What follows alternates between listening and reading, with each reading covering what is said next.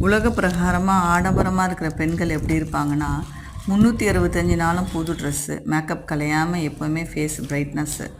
அதே மாதிரி நினச்ச நேரம் ஸ்விக்கியில் ஜொமேட்டோவில் ஆர்டர் பண்ணி சாப்பிட்றது, ஆன்லைன் ஷாப்பிங், வாரம் ஃபுல்லாக ஆன்லைன் ஷாப்பிங்கு, நினச்ச நேரம் ஃப்ரெண்ட்ஸுங்களோட ஊர் சுற்றுறது, சினிமாவுக்கு போகிறது, நினச்ச நேரம் அவங்க விருப்பத்துக்கு அவங்க இருக்கிறது. இப்படி என்னுடைய லைஃப் கிடையாதுங்க.